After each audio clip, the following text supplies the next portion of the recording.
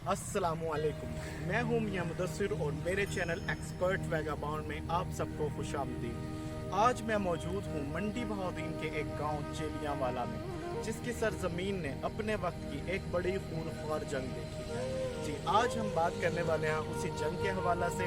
मैं आपको वो जगह दिखाऊंगा जहां पे जंग हुई थी, और उसके बाद जहां पे ये तामीर किया गया मोनूमेंट, उसकी क्या हिस्ट्री है, और यहाँ पे इतना बड़ा होली साइन जो क्रिश्चियन का है वो बनाया गया, उसकी क्या हिस्ट्री है, और ये जानेंगे कि मुकामी लोग इस जगह को गोरा कब्रिस्तान के नाम से कैसे जानते हैं। सबसे पहले हम इस जगह के बारे में थोड़ी सी हिस्ट्री जान लेते हैं, ताकि आपको ये जगह देखने में थोड़ी आसानी रहे, थोड़ी इंटरेस्टिंग लगे। जैसा कि मैंने बताया कि मैं मौजूद हूँ चेलियांवाला में, जहाँ पे सेकेंड एंग्लो वॉर हुई थी, ब्रिटिश और सिखों के दरमियान लड़े जाने वाली दूसरी बड़ी जंग।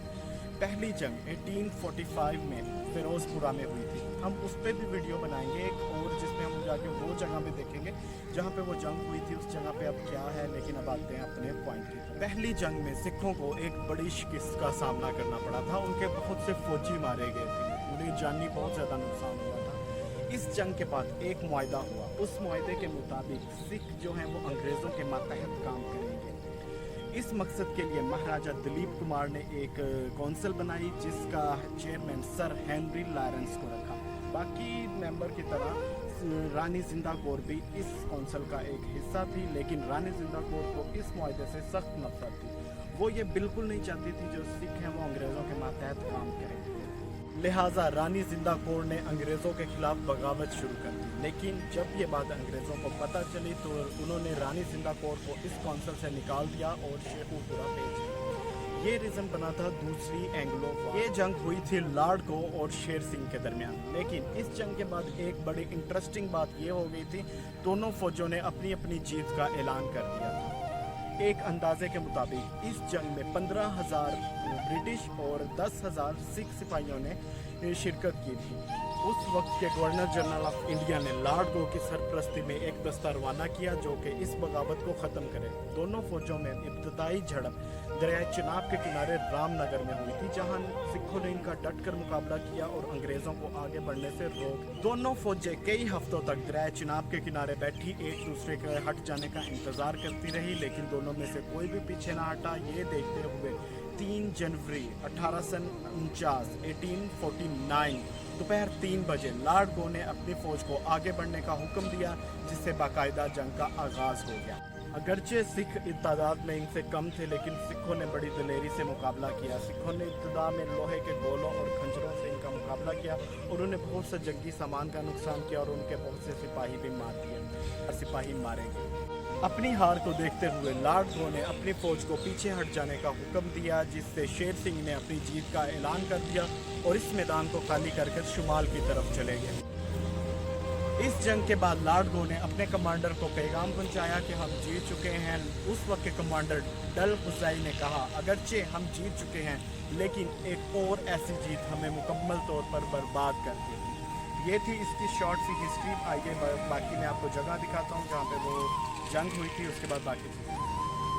ये सारा जंग का मैदान था जहाँ पे जंग हुई थी उस वक्त। अभी भी ये खाली मैदान ही है, और काफ़ी दूर तक अगर देखें आप तो ये कुछ घर बन गए हैं और ये रोड बन गई है यहाँ पे। पहले तो ये रोड नहीं थी, क्योंकि रोड तो अभी कुछ सालों से बनाई गई थी, ये बन गई। और उसके बाद ये जो मोनूमेंट है वो थोड़ी ऊंचाई पे है। ये देखिए मिट्टी का टीला था, जिसे बाद में हमवार करके वो बनाया गया, मोनूमेंट बनाया गया, और ये होली साइन बनाया गया। ये मेरे पीछे जो आप होली साइन देख रहे हैं, ये क्रिश्चियन का एक बहुत बड़ा यहाँ पे साइन बनाया गया है। जब ब्रिटिश आर्मी के जो सिपाही मारे गए थे उन सबको यहाँ गड़ा खोद के दफना दिया गया था, और ऊपर ये होली साइन बना दिया गया था यादगार के तौर पर। और इससे ये चेन लगा के चारों तरफ से बंद कर दिया गया, ताकि इस पर एक मेंशन भी था सारा कुछ, लेकिन अब वो पढ़ा नहीं जा सकता, वक्त के साथ साथ वो मिट गया।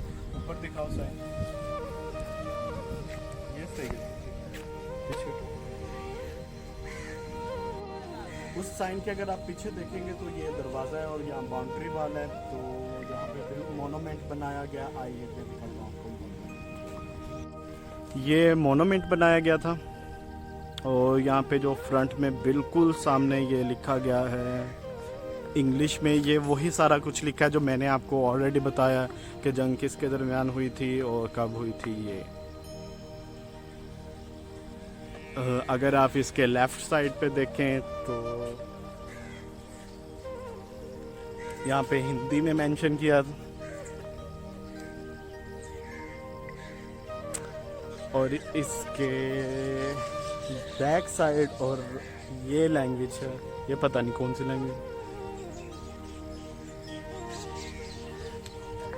और उसके राइट साइड पे भी फिर उसी लैंग्वेज में मेंशन किया गया वो सारा कुछ।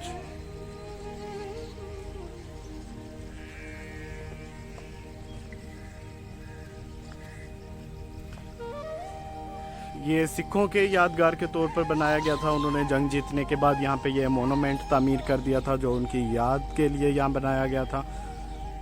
ये जगह जहाँ पे सिख आर्मी के जितने सिपाही मारे गए थे उन सबको दफनाया गया था। ये जो सीमेंटेड जगह देख रहे हैं यहाँ पे उन्हें इकट्ठे एक लाइन में लिटा के दफना दिया गया था। और ये जो कब्रें हैं ये यहाँ पे 4 बनाई गई थी कब्रें, जो कि उनके ऑफिसर्स थे जो सिख आर्मी के, उनके उस पे बनाई गई थी, उनकी कब्रें यादगार के तौर पर बनाई गई थी।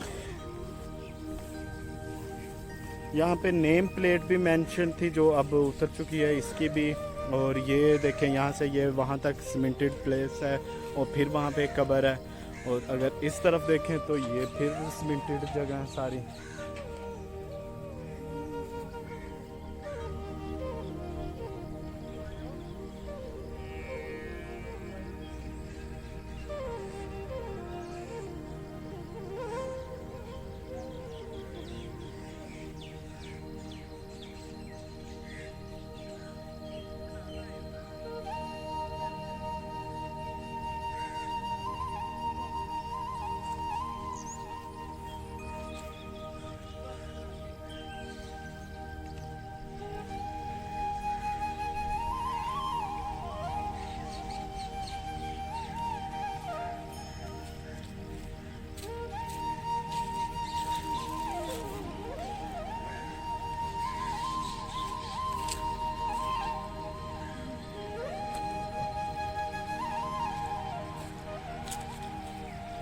जब हम यहाँ आए हमारे मुकामी लोगों से बात हुई तो उन्होंने बताया ये जगह पहले बहुत खूबसूरत हुआ करती थी। यहाँ पे केयर टेकर थे जो सिख कम्युनिटी ने यहाँ पे हायर किए थे जो इस जगह की केयर करते होते थे। ये बहुत खूबसूरत हुआ करती थी। यहाँ डिफरेंट किस्म के फ्लावर थे, एक मिनी गार्डन था। लेकिन अब वक्त के साथ साथ ये टूट फूट कर शिकार हो गई है। यहाँ पे जगह खंडर बनती जा रही है। मुकामी लोग यहाँ पे अपनी बहन से बांधते हैं। हम सबको चाहिए कि हम इसकी केयर करें, जो ऐसी जगह जहाँ से हमें हिस्ट्री पता चलती है। सिख कम्युनिटी को भी चाहिए कि वो दोबारा यहाँ पे वर्कर हायर करे जो इसकी दोबारा इस जगह को वैसे ही बहाल करें। इसके साथ ही वीडियो अगर आपको अच्छी लगी हो तो लाइक कीजिए, शेयर कीजिए, कमेंट कीजिए और हाँ हमारे चैनल को लाजमी सब्सक्राइब कीजिएगा, बेल आइकन को प्रेस कीजिए ताकि हमारी आने वाली सारी वीडियो आप तक सबसे पहले पहुँचे। इसके साथ ही हमें इजाज़त दीजिए। अल्लाह हाफ़िज़।